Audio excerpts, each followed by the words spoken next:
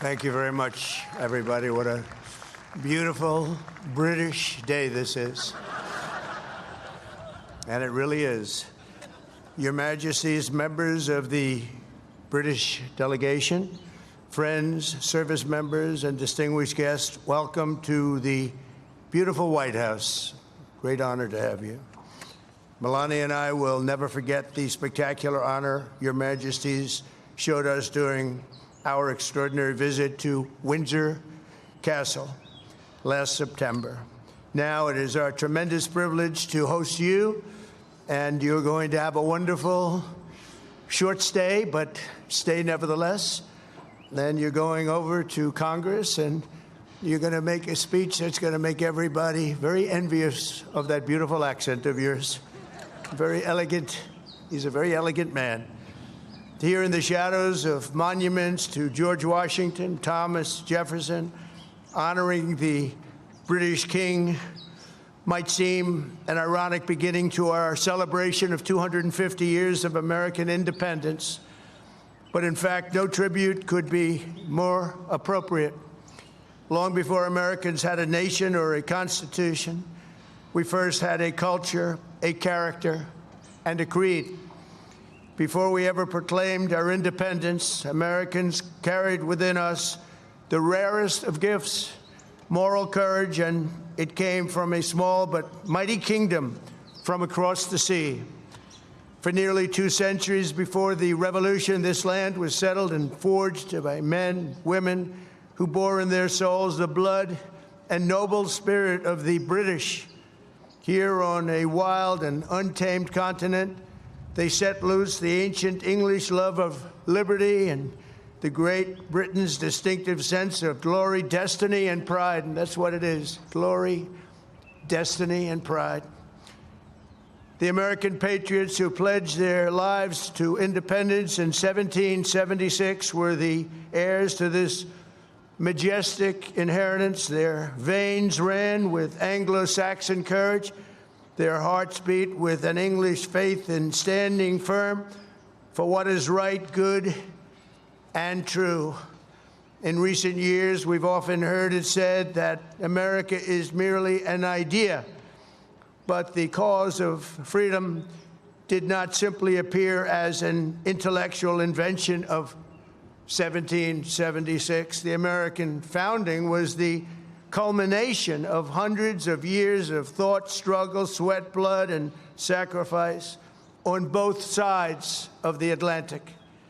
Fate drew a long arc from the meadow at Runnymede to the streets of Philadelphia that ran through the lives of people born and bred on the British code that no man should be denied either justice or right. American patriots today can sing "My country, 'tis of thee, sweet land of liberty," only because our colonial ancestors first sang, "God save the King." We see today a living symbol of this centuries-old bond, just a few dozen feet to the left where I stand. There, Her late Majesty, Queen Elizabeth, an incredible woman who I had the privilege of getting to know. Queen Elizabeth II, very, very special woman who is very greatly missed on both sides of that mighty Atlantic. Long ago planted a young tree. It was a very young and beautiful tree, and look at it now. It's tripled in size and tripled in strength, very much as our nations have even more than tripled. Like our nation itself, it was laid with British hands but grew in American soil. Today it stands tall and proud, reaching ever higher.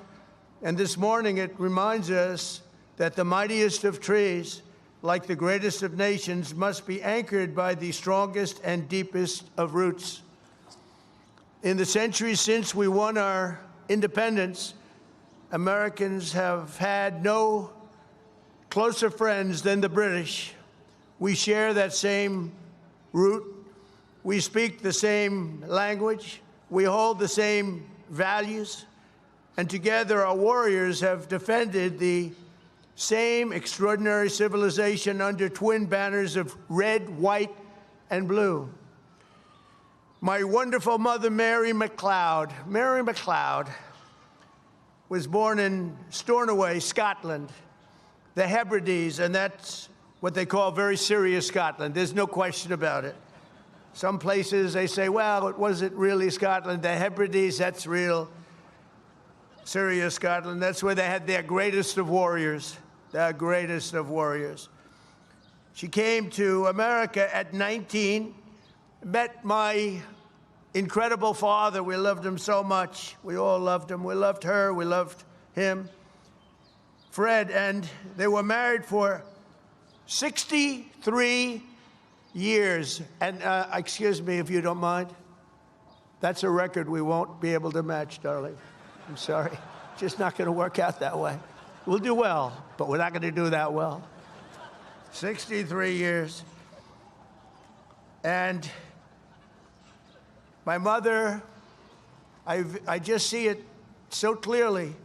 She loved, and I told the king this, she loved the royal family, and she loved the queen.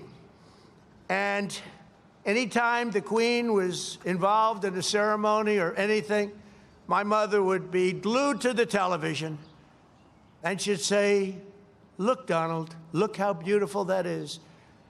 She really did love the family, but I also remember her saying very clearly, Charles, look, young Charles, he's so cute. It's my mother. My mother had a crush on Charles. Can you believe it? Amazing how, I wonder what she's thinking right now.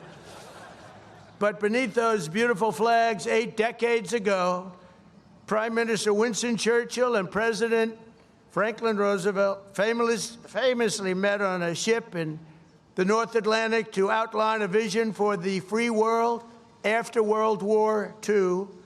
That understanding of our nation's unique bond and role in history is the essence of our special relationship, and we hope it will always remain that way. The ship where the two great leaders met was called the Prince of Wales, the very title that His Majesty the King held longer than any other individual in British history, and he held it with great pride and respect. It's said that when Prime Minister Churchill first met this future king many decades ago, he was so impressed, he made the statement, he is so young to think so much and so well. And the bust of your great Prime Minister rests proudly again in the Oval Office. We're very proud to bring it back. We brought it back. Throughout His Majesty's life, the world has witnessed that same thoughtfulness which first struck Britain's greatest Prime Minister. His Majesty's intellect, passion, and devotion have been really a blessing to the British people, but not only to his own country, but to the cherished bond between the United States and the United Kingdom. And I am very certain that it will continue that way long into the future. In a few hours, His Majesty will stand in the heart of the United States Capitol as the very first British king ever to address a joint session of the United States Congress. So he's going to be addressing Congress, and I'm going to be watching. I was thinking of going, but they said, I don't know, that might be a step too far. I would love to go. It's not supposed to be protocol, but I would love to be with you. But there, the direct descendant of King George III will speak to the direct successor of the very body that gathered in Independence Hall on July 4th, 1776. If John Adams and George Washington, or the King's fifth great-grandfather, could see that sight, they might be absolutely shocked, but probably only for a moment. Surely they would be delighted that the wounds of war healed into the most cherished friendship. Think of that very, very long ago difficult war, and yet those wounds did indeed heal into the most cherished of friendships, most cherished. They would be moved beyond words to know that the soldiers who once called each other Redcoats and Yankees became the Tommies and the GIs who together saved the free world as brothers in arms and brothers in eternity, and nobody fought better together than us. If they could see us today, our ancestors would surely be filled with awe and pride that the Anglo-American Revolution in human freedom was never, ever extinguished, but carried forward across centuries, across oceans, and across history until it became a fire that lit the entire world. So today we look back on 250 years. Let us remember what has made our countries the two most exceptional nations the world has ever known. And together let us go forward with even stronger resolve to carry on our sacred devotion to liberty and to the traditions of excellence that have been our shared gift of all mankind. Your Majesties, thank you once again for making this important visit. We are so honored. May God forever bless the United Kingdom, Great Britain, and Northern Ireland, and may God bless the United States of America. Thank you very much, everybody. Thank you. We thank you for watching, and remember, stay updated on breaking news and top stories on the NBC News app or watch live on our YouTube channel.